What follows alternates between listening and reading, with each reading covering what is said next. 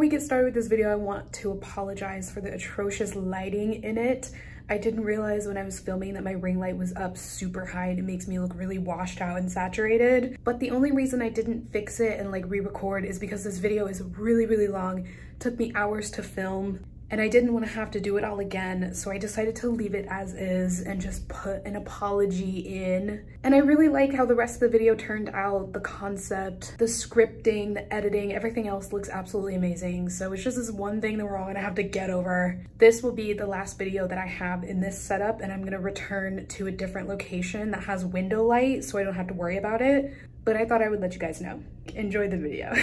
Hello everyone, welcome back to my channel. Unless this is your first time seeing me, then hey, my name is Jasmine Zade. I make music pop culture videos here on my channel. If you want to stick around and subscribe, I would highly recommend. Today's video is interesting and kind of scary. I don't know. Basically starting another new series on my channel, which happens like every month because I have so many different running series on this channel. This channel is essentially just a bunch of different series going on at one time. So why not add one more? This series in particular is going to be where I take different artists' discography and analyze all their different albums in order to accurately rank them. I'm going to do this in categories based on a 5-point system for each category. We're going to look at the overall brand, lyricism, production, critic reviews, chart success, and awards as a bonus point. And within each category, you'll get a score 1 out of 5. So say the category is lyricism, and it'll get a 1, a 2, a 3, a 4, or a 5. Keep going until each categories are done. Then you add up all the points.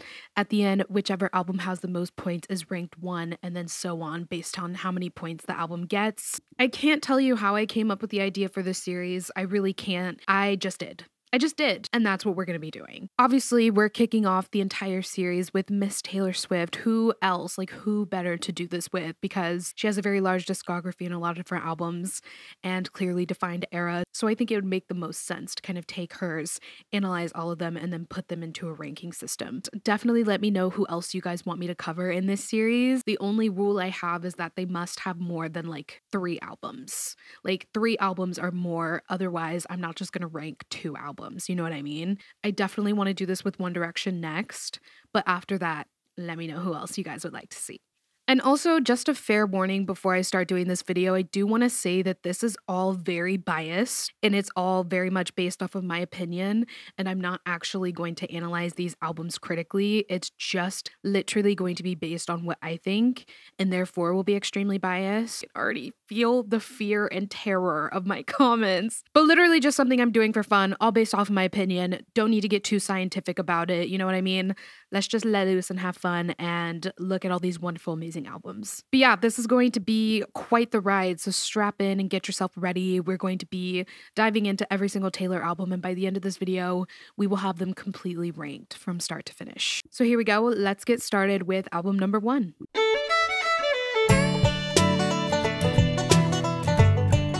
So Taylor Swift by Taylor Swift was released on October 24th in 2006. Its genre is primarily country with pop and rock elements, features guitars, banjos, and fiddles. Debut is without a doubt Taylor's most country album out of all of them, and she really started off in that lane. It wasn't pure country, but it was very country and the most country thing she's ever done. Her debut album is said to be about life as a teenager, dealing with romantic relationships, friendships, and insecurity. So Taylor's brand during the debut era was really influenced by classic Americana with a teen pop star image mixed in with it. And during the era, her look was very cohesive with the album project overall. She combined a lot of stuff that was very like stereotypically country with this sort of fairy tale aspect to create this thing that's only debut. Like, I've never seen anything else like this. The country elements of this album would include cowboy boots, floral boho dresses, tight big curls, blue jeans, mixed with a fantasy aspect that included rhinestones, corsets, glittery makeup, gowns. And this look that she had going on in this era almost correlated with the lyrics on her album as well, which is really interesting. And all of this overall pulled in a market that was really unheard of at the time. Taylor was quite literally making country music for young girls and like teenage girls, which, you know, made for a really unique audience. Again, there was people at the time who even doubted her doing music like that and doubted her label for signing her because the market was so unheard of at the time. For cohesiveness on debut, I have to give Taylor a 5 out of 5. The look that she had going on in her everyday streetwear and appearance wear, and the look that she had going on in her album cover and in her music videos, super cohesive with the theming of the album overall. It's very clearly a romanticized country teenage dream kind of thing, and that's so clear in everything that she kind of gave us with the look of the album. Not even just the look of the album, but like I said, in music videos and appearance wear and stuff too. She just had such a set in stone brand and image, and it was really clear to see. So I have no choice but to give it a 5. Now, the lyricism on debut is... Oh, I just knocked over my coffee. The lyricism on debut is interesting and kind of tricky. Debut did lead to widespread critical acclaim for Taylor's songwriting ability, considering how young she was when she was writing her own songs. But regardless, nobody really in the mainstream has conversations about debut being her strongest lyrically, just because it was the first thing that she's ever done. And you obviously get into better lyricism as you grow as an artist later on. So it makes sense that it's not creating a lot of buzz on her first album. But the reason I say it's tricky is because while it's not her best album lyrically, you still do have to consider that she was young when she wrote the album. And I think that's what made her stand out to the public in general. It wasn't like Taylor debuted and then became a nobody. You know what I mean? Like, she debuted and people liked it.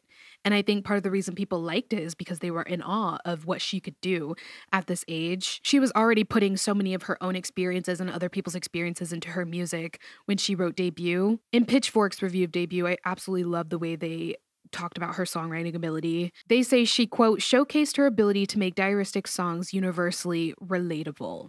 I think diaristic is such a good way to describe Taylor Swift's writing, not just in Debut, but kind of across her discography, but especially in the very beginning. It does feel very diaristic, very teenage, but in a way that's so wholly relatable. Again, going back to that pulling in a unique market. Everything that she wrote just felt so honest, and she was already sort of showing the world that she could write based on stories as well. But at the same time, we know that Debut is not her best lyrically, and for that, I think I'll give it a 3. For the production on this album, it was pretty good. I mean, she was already signed to a record label and had lots of help in the production of her album and the sound of it. Everyone obviously thinks of Debut as Taylor's most country album, but we also tend to forget that it's not just country, and there are elements of pop and rock on Debut as well. It's not like, it sometimes comes off as this very drastic thing when you're talking about Taylor Swift, oh, country girl who suddenly went pop when she dropped 1989. That's not true. That's not true. She didn't suddenly go pop.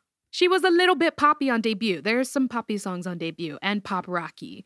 It was like she leaned more into pop, but it wasn't like she never did it in the first place. Debut, in my opinion, is a good balance of country, ballads, and then a little bit of pop rock. I listened to this album all the way through several times, just sitting there listening all the way through to get the full experience. And I was almost shocked the first time by the mix of sounds, because it's not like I sit and listen to Debut all the way through on the reg. So when I sat and listened to it all the way through, instead of just listening to it as a single or like standalone songs, it just struck me how she, right from the beginning, already sort of had a mix of sounds. Teardrops on My Guitar, A Place in This World, The Outside, Should Have Said No, they take on a very poppy sound primarily, not just country. Picture to Burn, of course, is very pop rock. And I also think I'm Only Me When I'm With You sounds a little bit rocky as well. But it is country overall, especially with Taylor's little twang, which I'm really curious if she's going to keep doing that little twang when she re-records Debut. We'll see. We'll see. We'll catch you with that fake accent, girl. The New York Times actually called Debut a pop-minded country album, which I think is fitting. Pop-minded country. Enough about the genre, though. Like, I just spent like 10 minutes talking about the genre alone. As far as uniqueness of sound, I don't think Debut has anything that jumps out in particular to me. It's good music, that's for sure. And I give it a little bit of extra kudos in the uniqueness factor, in the sense that it was pop country music for young teen girls. That's pretty unique and special, especially for the time period. But the musical content on Debut is not my favorite out of all of her albums. I think there's other albums that do her sound a lot better, and we'll get into that. So I think, shockingly enough, I want to give Debut a 2 out of 5 for musical content, only because I want to rank it under lyricism. I don't think the lyrical content and musical content on Debut deserve to be the same. Now onto critical reception of this album. It said that Taylor Swift received generally positive reviews from critics who praised Swift's keen observations and perspectives in her songwriting. A lot of the reviews that I read on debut put it at good, but not groundbreaking. A lot of the reviews kind of discuss her ability to appeal to a very certain demographic that was kind of unheard of, like I keep mentioning a million different times. I'm sorry. And a lot of critics also said that the depiction of the teenage experience is exactly what makes debut so compelling, and I agree with that. But I also did notice that almost all the mainstream reviews of this album sort of praised the same things, writing on the teenage experience and appealing to a certain demographic with her first album, but I couldn't find anything super beyond that. A lot of the reviews that I read, mainstream reviews anyway, were just simply arguing over if this album is pop or country. Like, okay, but is it good or not? That's what we read the review for. But to be fair, I did spend a good amount of time in this video going over the genre. So can we blame the critics? I'm going to give debut 3 out of 5 on critic reviews because they were good, but a little bit mixed and nothing through the roof. For debut's chart success, we have to be a little generous because it was her very first album, so it's not like it was shooting straight up to the top or anything like that. It was kind of a introducing me moment. Her very, very first single, Tim McGraw, did debut at number 86 out of 100 on the Billboard Hot 100, so that's pretty good. The fact that she was a brand new artist and she was already on the Hot 100 says a lot. And debut, I found out when I was researching, is actually considered a sleeper success in the music industry, which basically means upon first release, it didn't get too much buzz or as much as it could, but then like later it got really hyped up. So it was a sleeper success. It originally debuted at 19 on the Hot 200, but then later rose to number 8, if that make more sense. Again, all still pretty impressive for a brand new artist. And it released in 2006, but ended up selling 1 million copies by 2007. So I think we'll give her chart success a strong 4 out of 5, just because I said we have to be generous. It was her first release, and it charted pretty well considering. So we'll give it a 4. Which means after our little mini analysis of debut, she is coming in hot with 15 points, which seems like a lot now, but I feel like once we get into other albums, this number will grow significantly. So let's just bookmark that, save it, marinate in it. Okay, now we're moving on. Let's talk about Fearless.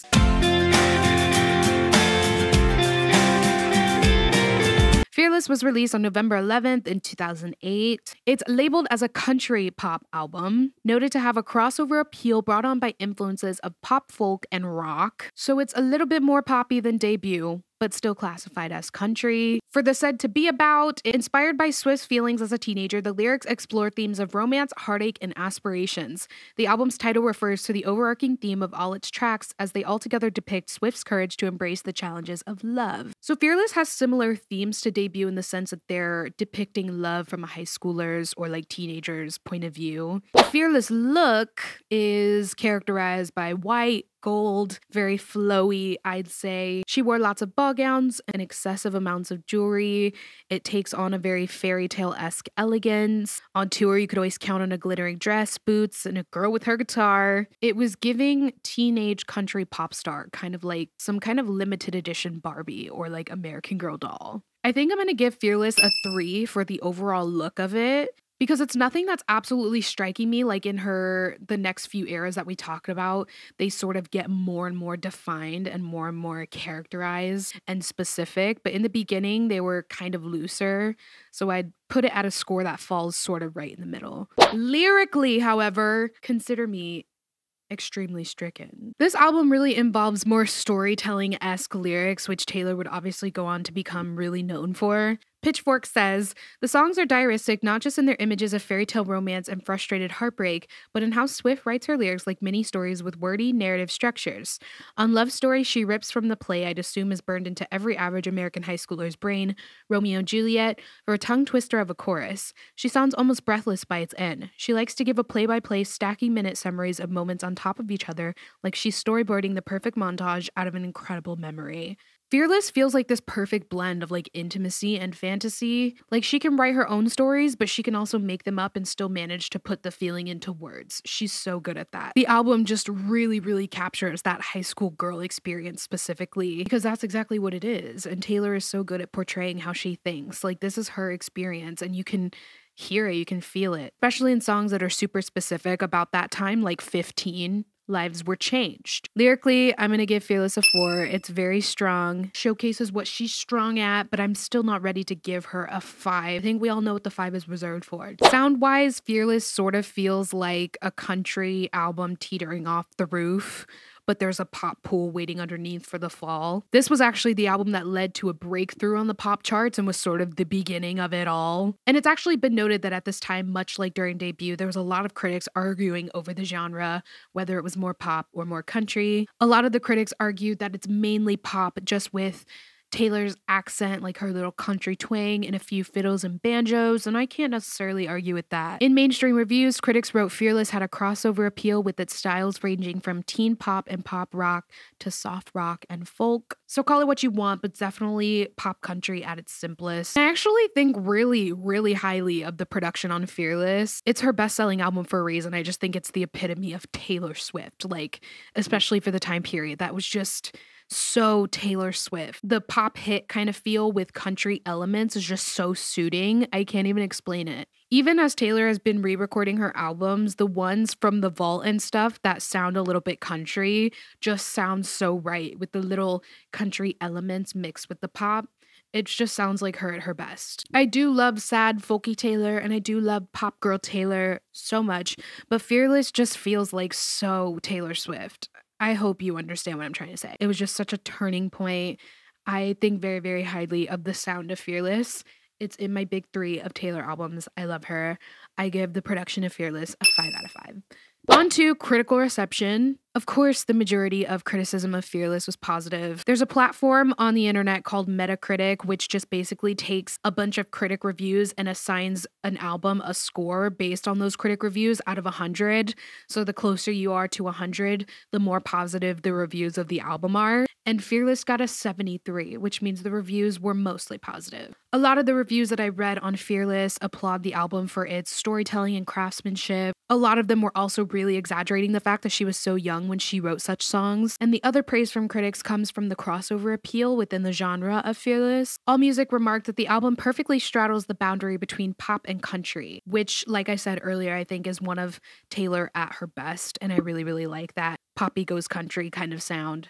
AllMusic also called Fearless the best mainstream pop album of 2008. Can we argue with that? Absolutely not. The only negative criticism I read about Fearless is some people saying that the production felt a little bit repetitive. Some critics accused her of sticking to only radio music on Fearless, which is very different now. The concept of radio music is very different than it was back then, so I'm not sure about that. We'll give Taylor a 4 for critical reception. People really liked this album. Chart-wise, I need y'all to be seated because Fearless is sweeping. It's said that Fearless's commercial success is what, quote, catapulted Taylor into mainstream prominence. And I wholeheartedly agree. Like I said, turning point. It spent 11 non-consecutive weeks at number 1 on the Billboard 200, the longest run of the 2000s decade. It also holds the record for the longest running number 1 country album. 13 of Fearless's tracks peaked somewhere in the top 40 of the Hot 100, which set another record. And 5 of the tracks peaked in a top 10 spot, which were Fearless, Love Story, You Belong With Me, Change, and Jump Then Fall. Fearless also marked Taylor's first international chart success when she peaked at the top of Canada, New Zealand,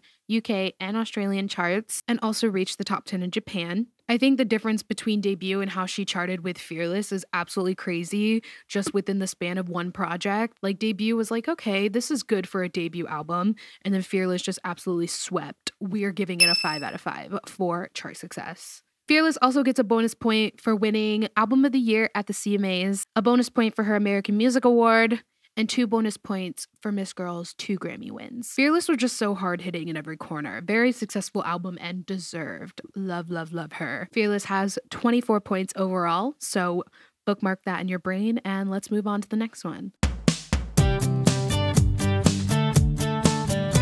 Speak Now was released on October 25th in 2010. Its genre is pop country. There's elements of bluegrass and pop rock. We've had this conversation before, okay? It has crossover genres. Said to be about, inspired by Swift's transition from adolescence into adulthood, Speak Now is a loose concept album about her confessions regarding love and heartache with some songs about her public image. Interesting that this is the first album we've seen where it's not said to be about life as a teenager as much. and it's sort of serving as her first step into the direction of adulthood, sort of like this little turning point. And she's also bringing in aspects of her public image as well, because yes, we are starting to see one become crafted for her. The Speak Now look has some really vintage looking elements and is overall very theatrical. I think theatrical is like a huge buzzword for the Speak Now era. It's very much like this coming of age enchantment kind of thing. I think the aesthetic of Speak Now is really difficult to pinpoint because it wasn't really supposed to be like a heavy on the visual aesthetic kind of thing.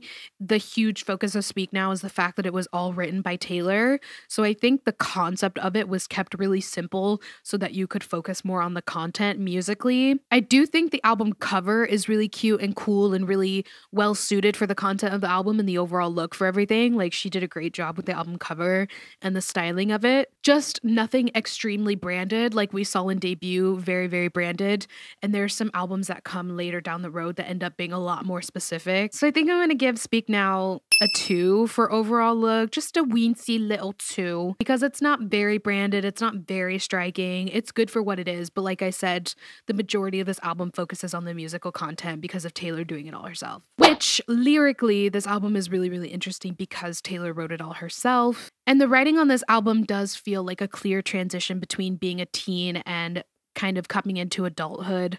Very coming of age album. She recognizes her own shortcomings, hopelessly falls in love, expresses forgiveness, reflects on her childhood and where she is now. It almost feels experimental lyrically too, kind of for the first time out of all the projects that we've looked at so far, because in this album, Taylor is less idealistic about romance, and instead she's focusing on kind of some of the harsh realities of romance. It's not just like fairy tales with Prince Charming's kind of thing anymore. It's just more on her own hopes and realities. So different from Debut and Fearless in a way. We'll give Speak Now a 4 for lyrical content because it's so well written and she did it all herself. That just like takes the cake out of everything for me, so I'll give her a 4. Still not ready to give her a 5. Because we've seen better. This isn't her best yet, but it is a really high score. When it comes to sound, I think people originally really highlighted Red as her most experimental album because she lost so much of the country genre there. But I think that Speak Now strikes me as her first most really experimental album, not Red. Speak Now is more pop rock than anything that we've ever heard before so far, with tracks like Haunted, Better Than Revenge, The Story of Us taking on a brand new sound altogether. Speak Now is also heavier in percussion than her classic guitars and like banjos and fiddles. Critics once again argued over the genre of this album. They love to argue over whether Taylor's album is country or not. But on this album specifically, critics highlighted the fact that the only country elements really left are the occasional banjo here and there, and a little bit of Taylor's accent that's still left over, especially on songs like Mean. But Speak Now's got a lot more like orchestral ballads, but overall it really is a true mix of sounds, even more so than Debut and Fearless. I think the fact that people argue so much over the genre of her music says a lot in general. It's like she was refusing to be just this one thing, but overall it was so Taylor Swift. I'm gonna give the sound of Speak Now a 3, a 4. I'll give it a 3. It's a good album objectively, like duh. It's a good album. It's just a little lacking in voice to me. Like, I'm not sure what she wanted Speak Now to be. For critical reception, Metacritic, who we talked about before, gave Speak Now a 77 out of 100 based on critic reviews. So we can safely say that Speak Now received generally positive critic reviews. A lot of mainstream publications were praising Taylor's more like grown-up and mature take on love and relationships. AllMusic said, Swift writes from the perspective of the moment, yet has the skill of a songwriter beyond her years. Most of the negative reviews that I read on Speak Now had to do with the crossover effect within the genre of it. Kind of like I was saying earlier, it's hard to find a voice with Speak Now. It's hard to find what it wants to be because there's so much crossover. I'd say mainstream critical platforms gave Speak Now like a B- overall if we're talking like grade system. So I'll give Speak Now a 3 for critical reception, right there in between perfect and needs work. Speak Now's commercial success was pretty solid. It went #1 on the Billboard 200 chart. It was the fastest selling album in the US by a female country artist and broke a Guinness World Record. 11 of the 14 tracks charted on the Hot 100, which broke another record for the most songs on the Hot 100 at once. And this was the 3rd best-selling album in the US in 2010. We'll give her a 4. And she also gets 1 bonus point for winning Top Country Album at the Billboard Music Awards and 2 more for her Grammys that she won for Mean. So we have Speak Now coming in with 19 points total. This is getting intense. Are you still with me? Let's talk about the next album.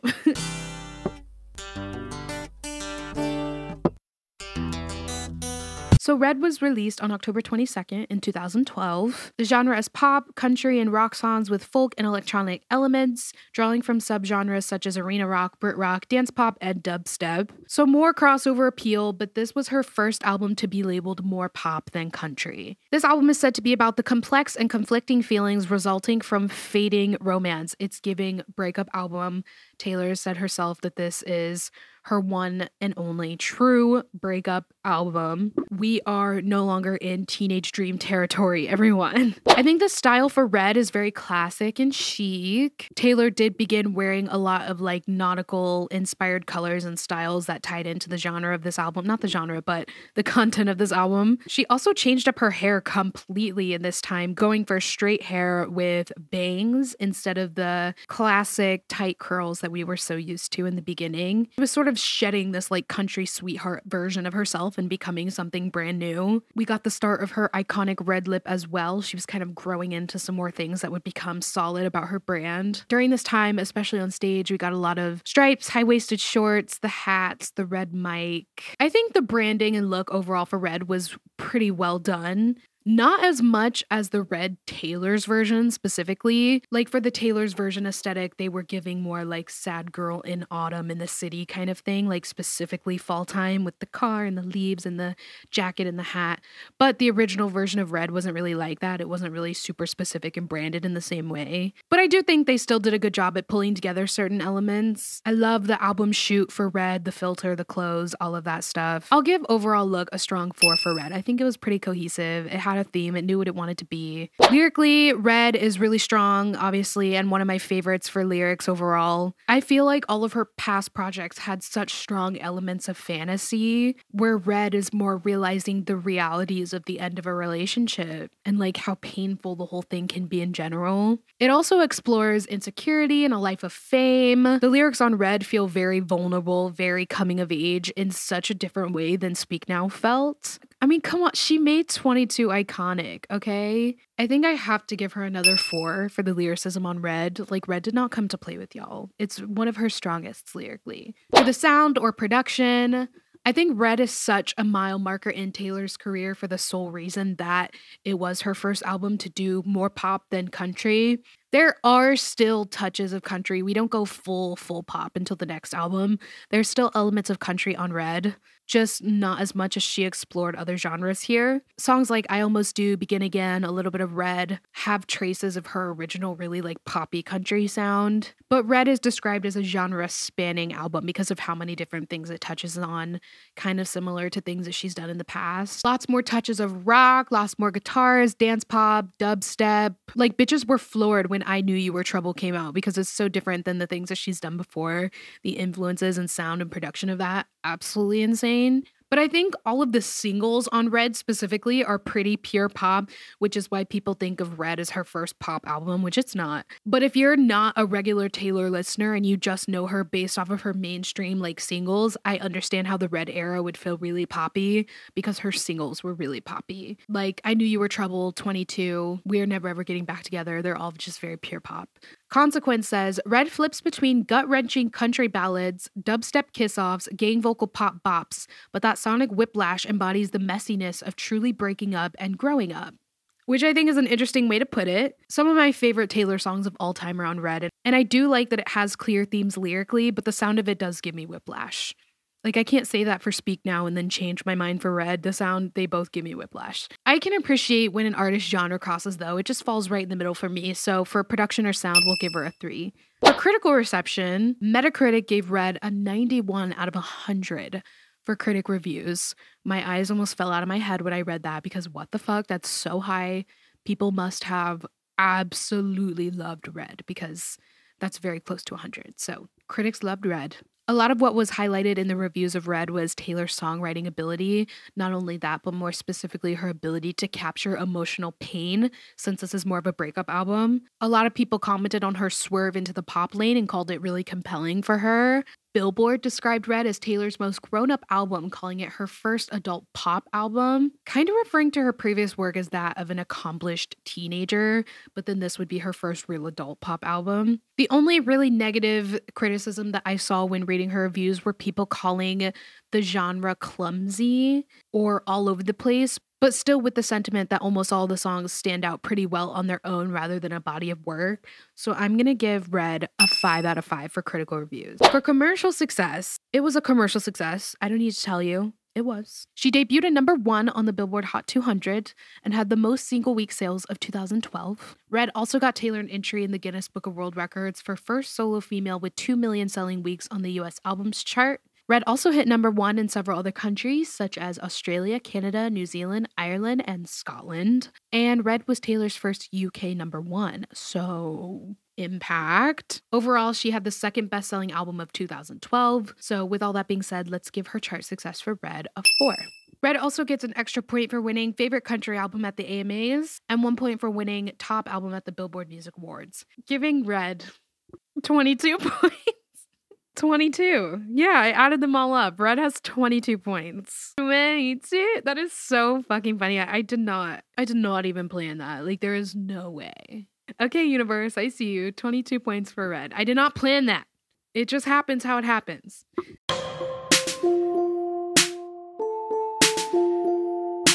"1989" was released on October 27th in 2014. The genre is pop. No more country pop. No more country goes pop. It's just straight up like synth pop in all her glory, okay? 1989 is said to be about a new life, fame, self-empowerment, and confidence, relationships. The looks in this era are really interesting because they take place during her new era as a New Yorker with a bunch of supermodel friends. She takes on sort of a more high fashion look that's even more chic than Red was. And we got the bomber jackets, heels, colorful skater skirts, sparkles, matching sets, sunglasses. It was all just coming together to create this image of Taylor as a pop star in a way that it never had before. And I feel like something about 1989 overall is very timeless. I think it's really cohesive too. Like, I love the album cover, the Polaroid concept, the writing in Sharpie marker kind of thing. I love the album shoot as well. It's giving pop girl in the city. Like, it's just very themed and branded in that way. I think I'm gonna give 1989 a 5 for like overall look. I think it's very cohesive,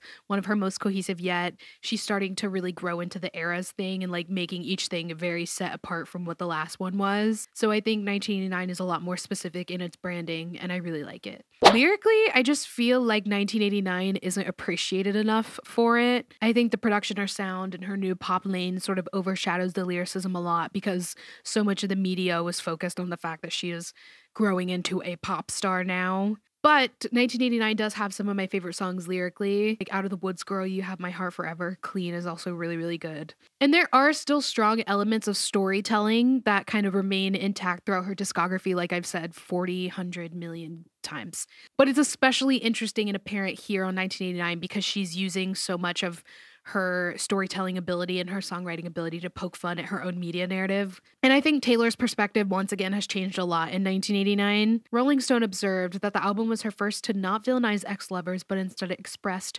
wistful and nostalgic viewpoints on broken romance. I also think it's a little bit more difficult to be a super strong songwriter in the pop genre specifically, but somehow Taylor makes it look easy. Like, you have to be a good songwriter to pull off good pop, and Taylor makes it look easy.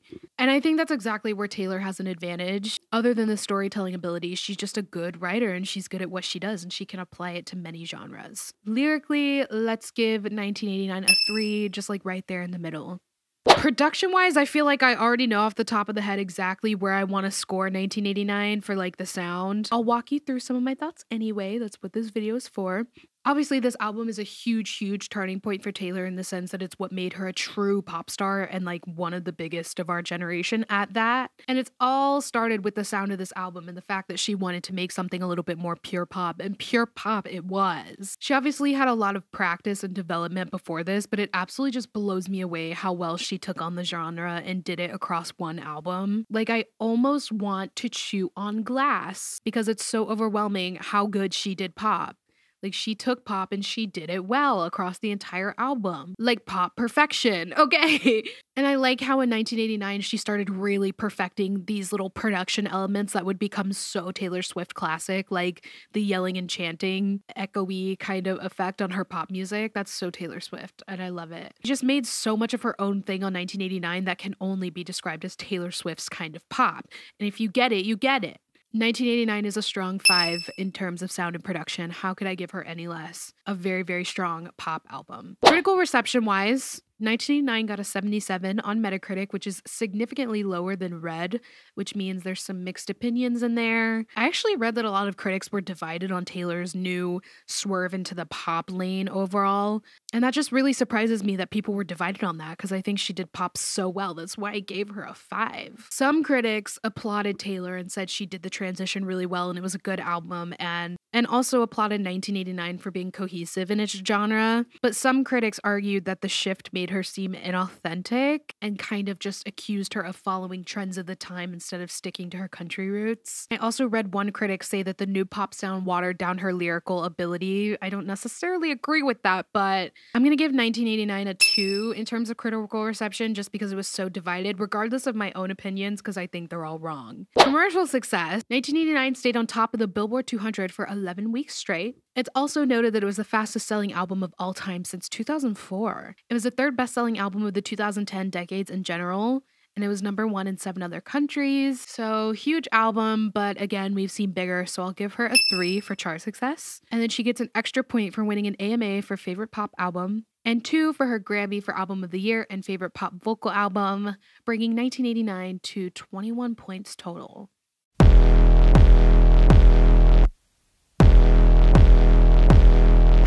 Reputation was released on November 10th in 2017. The genre is electropop with traces of R&B and trap, which sounds insane considering the genre of the rest of the albums we just talked about, but it's true. Like, that's so funny. We just talked about like country, pop, and then all of a sudden out of nowhere, it's electropop, R&B, trap. For the said to be about, influenced by the commotion, Swift wrote Reputation under 2 major themes: the excessive gossip surrounding her and finding love during tumultuous events. Rep is really interesting because it's disguised as this dark and twisted, I'm evil narrative, but then it has underlying themes of really being delicate, still experiencing love and hopes and dreams and being real underneath it all. And overall, it takes on this very like blank space route that she sort of set up before of mocking her media narrative and playing this character that she's written out to be. So far from where we started. It's absolutely fascinating. I think the Reputation look is one of Taylor's most cohesive. We're definitely at a point now in her albums where she's recognizing these different eras with each project that she takes on, and she's starting to make them extremely defined and characterized by what they are. This one was a humongous comeback project, so I understand why it turned out exactly like it did. I think it's one of the most iconic comebacks we've ever seen, I fear. That is just straight up my opinion, but a lot of people agree with me, so. But the look of Reputation is obviously really dark. We've got the bodysuits and the thigh highs, lots of black and gold, snakes everywhere. Genius, I might add. Imagine being called a snake and then you disappear for a year and then come back and use snakes in your tour and imagery. Like, it's just, wow. Even Taylor's signature red lip was a lot darker this era too. And I really like what she did with the album cover. It goes along with the overall dark theme, but also plays on the media narrative about rumors and gossip, like with the newspaper. It just all goes together very, very nicely. And that's one of my favorite things about album projects. So for the overall look, I give it a 5 out of 5. Very well branded, cohesive, amazing comeback. She did absolutely amazing with the visuals that era. Lyrically, I do think Reputation is a little forgotten. I think it's another one of those situations where like the sound of it or the production was just very overshadowing because it was so different for her that people were paying more attention to that than what she was saying in her lyrics. I don't think Reputation is an album that stands out lyrically when you're looking at Taylor's discography as a whole, and that's just straight up honesty. We lost just a little bit of that storytelling that she was so known for, except for maybe like Getaway Car. She's still very good at that imaginative fantasy scenario kind of thing. Her Reputation leans less on stories and fantasies and leans more on imagery and drama. Elaborating on the songwriting, Swift told Rolling Stone in a 2019 interview that she followed the songwriting for her 2014 single Blank Space, on which she satirized her perceived image. She said, I took that template of, okay, this is what you're all saying about me. Let me just write from this character for a second. So like I said, imagery and drama, not necessarily telling a story, but more playing a character, which is cool. So this project does still feel like a diary in some way, and she has some really strong songs lyrically on Reputation. Like Don't Blame Me is really good, Dress is really good, Delicate is really good. That was a really good single choice as well. And I think with every Taylor album, there is lyrics to appreciate. It's not like she's just going to give you something and it's nothing. She's one of the best songwriters of our time easily, so no matter what she's doing, there's always going to be a gem in there. I just think it was done so differently this time, and I give it a 3 lyrically. Somewhere right in the middle. Not her best, but also not absolutely atrocious, you know? Sound or production wise, this album stands out so much in her discography. I think we all know that. For the first time, we're met with like trap beats and really edgy EDM kind of things. And this album overall was categorized as electropop when you look it up. And I think that's really interesting. It's pop, but like in such a different way than 1989 was pop.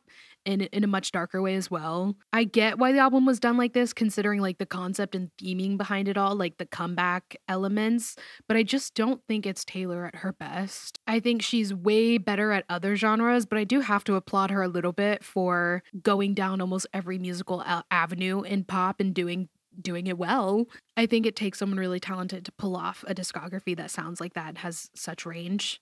I'll sum this up by saying Rep is good, just not her absolute best. We know that, we've seen better, and I think she's well suited for other genres. So I'll give Rep a 2 for production or sound. That's gonna get me dragged, but we need some drama.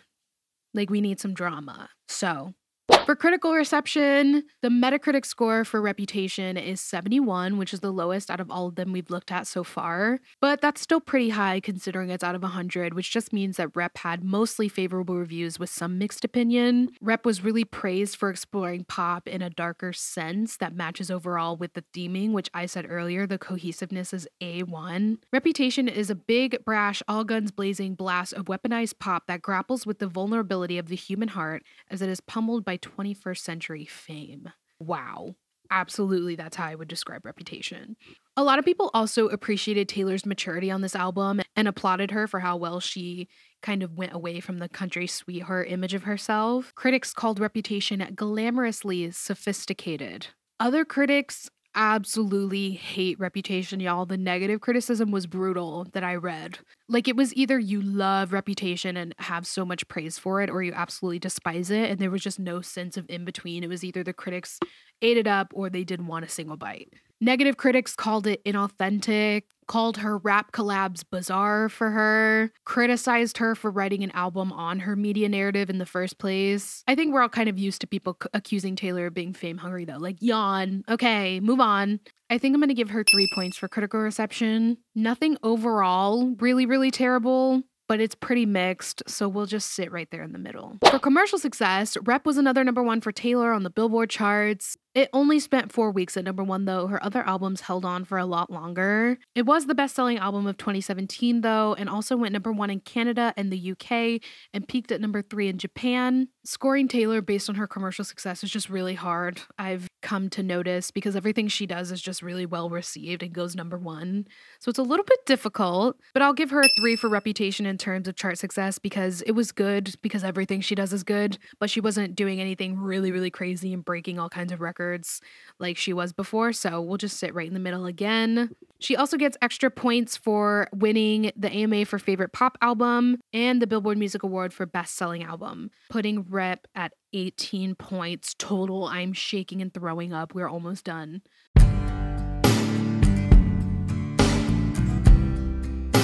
Lover was released on August 23rd in 2019. The genre is pop, with hints of electropop and pop rock. It's said to be about exploring infatuation, commitment, lust, and heartache, American political issues like LGBT rights and feminism. So the look for Lover overall is extremely different and like opposite of what we just had for Rep. It takes on a very vibrant, pastel, colorful style, with Taylor even having pink hair for a time during the era. Lots and lots of glitter in her appearance, as well as tassel or like fringe. We saw Taylor begin to wear a lot of suits. The album cover also matches this concept overall really well, especially the font. Again, like I said before, growing into this thing where she's doing things extremely themed and the project overall is super cohesive.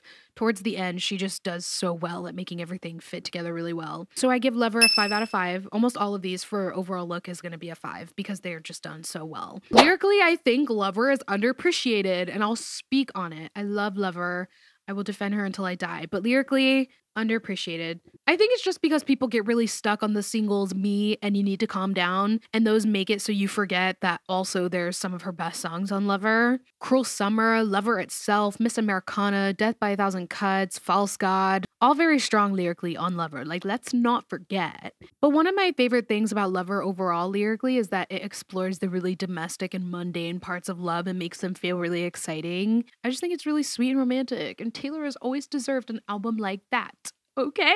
A lot of the work on Lover also really captures the concept of anxiety in relationships really, really well, and it also uses some of her storytelling abilities. You can just see how much Taylor has grown and matured in this album too. So very different theming-wise than the other stuff that she's done covering love. Taylor described it as a love letter to love in all of its maddening, passionate, exciting, enchanting, horrific, tragic, wonderful glory.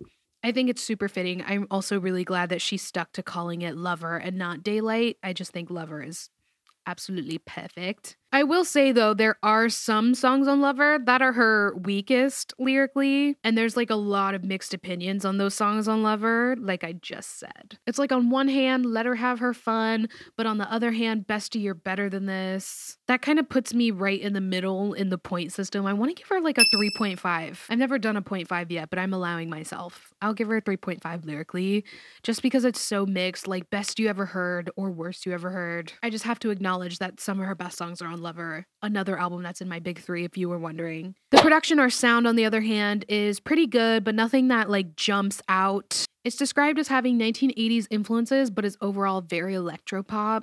There's a lot more like slower, mellow acoustic sounding stuff on Lover, kind of bringing her back to what she's really good at. We were missing some of that a little bit in Reputation. It all just sounds and feels very lighthearted and bright overall, which makes it a little bit different than 1989 in the sense that they're both pop, but in very different ways. But I definitely like Lover and like 1989 style pop better than I like Reputation style pop.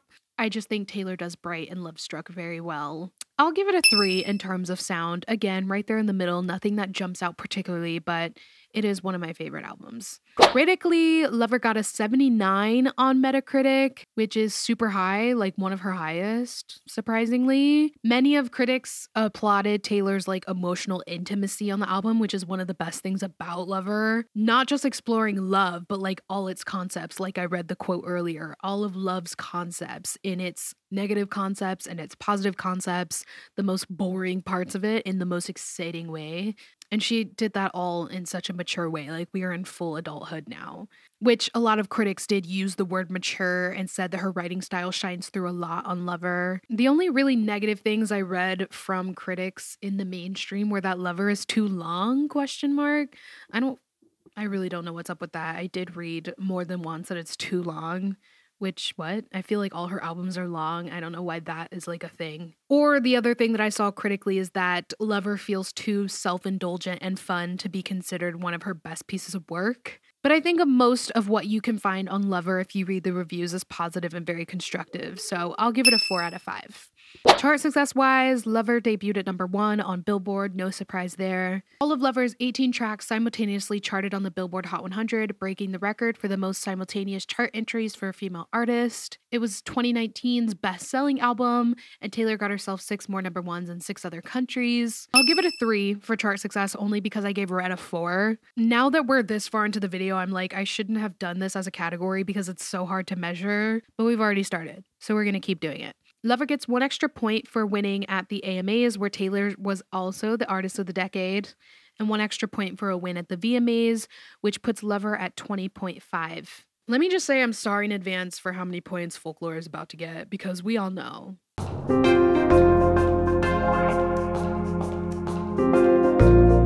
Folklore was surprise dropped on July 24th in 2020. The genre is indie folk and electro folk. Did you ever imagine we'd get here? Folklore, said to be about influenced by loneliness during the quarantine, Swift explores themes of escapism, empathy, romanticism, and nostalgia in the album through a set of characters, fictional narratives, and story arcs in contrast to the autobiographical tone of her previous projects. Very different from her previous projects, but we'll get into some of that when we talk about the lyrics. So the folklore look is very specific and wildly different than anything we've seen before. Seemed to be driven by the cottagecore craze, very cottagecore, rustic, naturey kind of theme going on. Long dresses and skirts, buns, cardigans, or sweaters or turtlenecks, the forest and fields, the black and white filter. But the look, like all of that stuff, matches the sound of this album so perfectly. It's all a very gentle, like dressed down indie kind of thing. Even the album cover just being black and white and like the forest, it's all just so perfect, very, very cohesive. Obviously, it's a 5 out of 5. For lyricism, Folklore is easily the best thing Taylor's ever done in her life, ever. Lyrically, like, you knew this was coming. Oh, you knew this was coming. Like, I will never in my life shut the fuck up about how perfect this album is lyrically. Like, honestly, one of the best written albums of all time, and I'm not even trying to be dramatic. She brought back the storytelling and brought it back with a bang. Its songwriting style combines balladeering with autobiographical experiences and character-driven storytelling, and is primarily distinguished by themes of wistfulness, escapism, nostalgia, contemplation, and empathy. I think Folklore just like beautifully captures human emotion and mental illness. It's just so emotional in a broad range of ways on herself and fictionally. I think it's one of her most deeply painful yet relatable albums that she's done. And I think like the sad girl theming of this album, like taking the sad indie girl route, ended up really working out for her. Like we never imagined we'd get there, but she did it and it worked so well.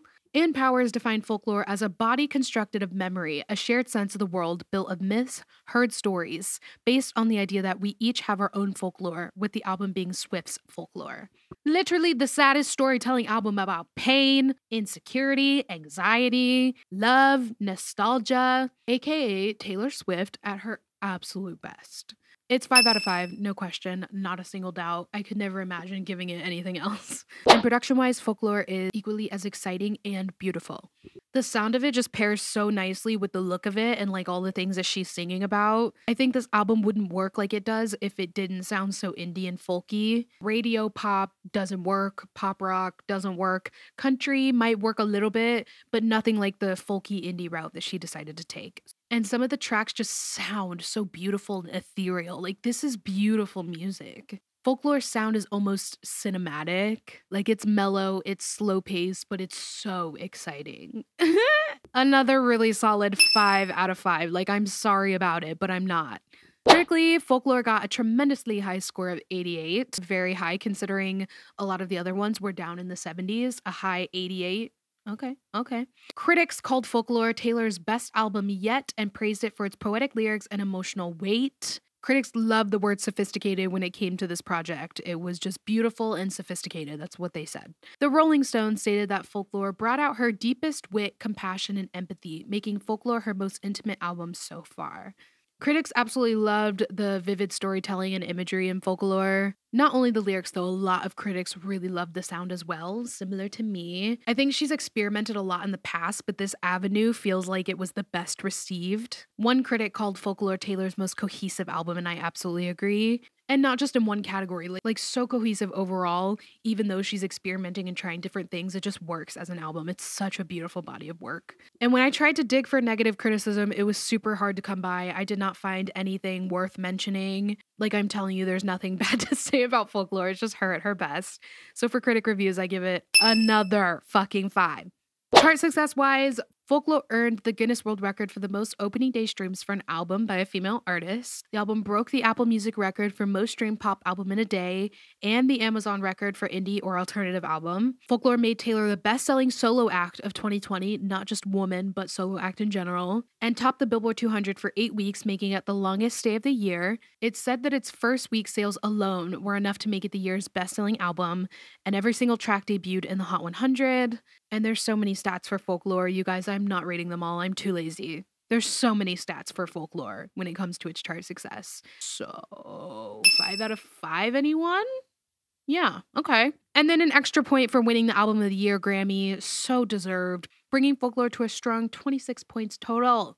Now, Evermore is really tricky for me when it comes to this because I am one of those people that just really sees Evermore as a continuation of Folklore. Like, they're considered sister albums for a reason. So it's really hard for me to like split them apart and dissect them as different bodies of work because I just feel like they're all one thing and Taylor just picked which album goes to which, but we can't leave her behind. So we will be doing Evermore.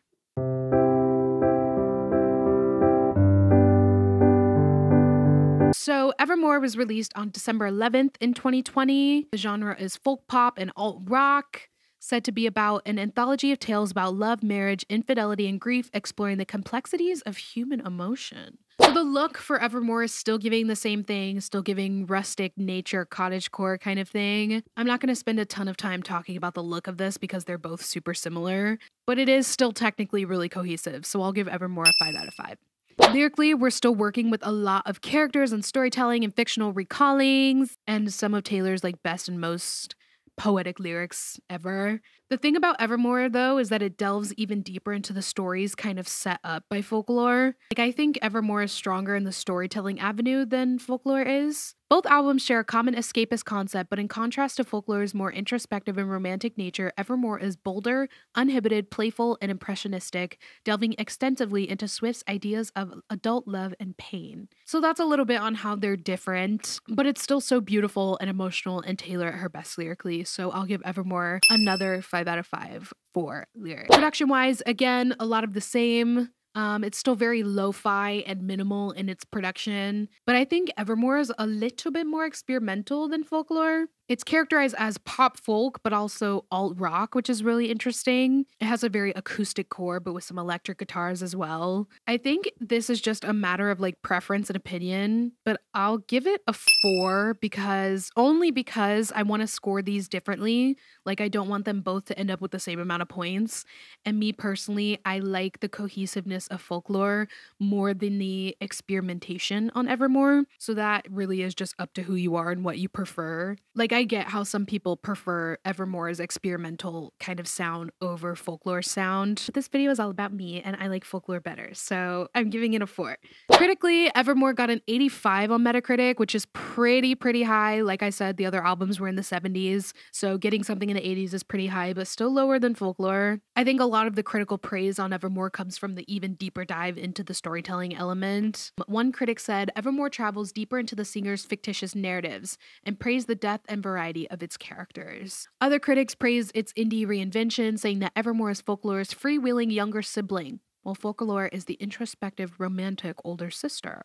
A lot of critics agreed with that actually, like calling Evermore the bolder and more scrappier sibling because they're sister albums.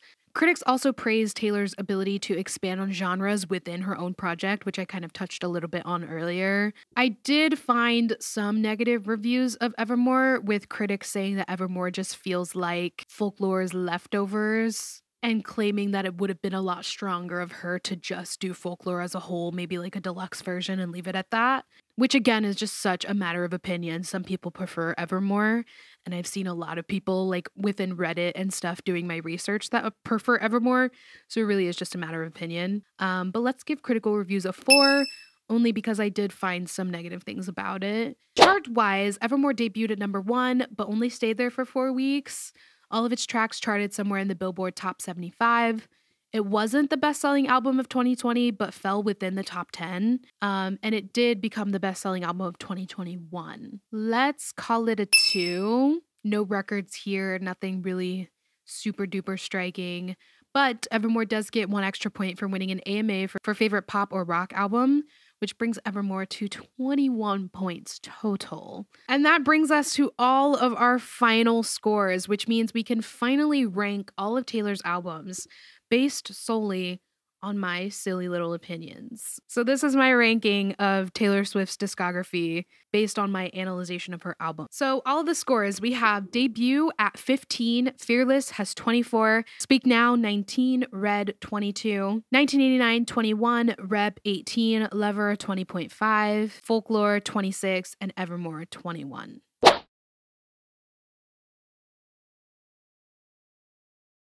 So if we rank them according to these points, we have Folklore at number 1, absolutely deserved. I could have told you that before I even started this video. Folklore, Fearless, Red, Evermore, 1989, Lover, Speak Now, Reputation, and then Debut at the bottom. Regardless of this ranking, my big 3 of Taylor albums is still Folklore, Fearless, and Lover. Those are my 3 faves. They define me as a human being. They speak to me in ways I could never even imagine, and I love them with all my heart. So those are still my big 3. But this ranking is according to cold, hard stats. Very biased stats, but still cold, hard stats. I think this is a fairly accurate ranking of her albums. I mean, I know people are obviously going to agree and disagree just based on your own thoughts, but I'd say this is fair. Like Folklore, Fearless, Red, Evermore, and 1989 being her top 5 best albums. Like, I would wholeheartedly agree with that. I feel like some people would put 1989 a little bit higher, and I feel like some people would put Speak Now a little bit higher, but this is pretty solid. Like, okay. But yeah, there you have it. My ranking of Taylor's albums based on these stats. This video was so much fun to do. It literally took forever to finish because I had to do so much research, but it was worth it in the end, okay? I liked it. It was a great experience. The next time I do this video, spoiler alert, it will be One Direction. But after that, please let me know who else you would like to do. Again, if they have more than 3 albums, I would be happy to look into them and figure out where they rank. So let me know. I have a form in the description where you can request video topics. You can fill it out there or leave me a comment. And while you're down there, check out my social media. Follow me on Instagram, Twitter. I have some really cool stuff coming up, so you'll want to be there. Yeah, thank you guys for watching this video. I hope you don't destroy me. And I can't wait to see you in my next one.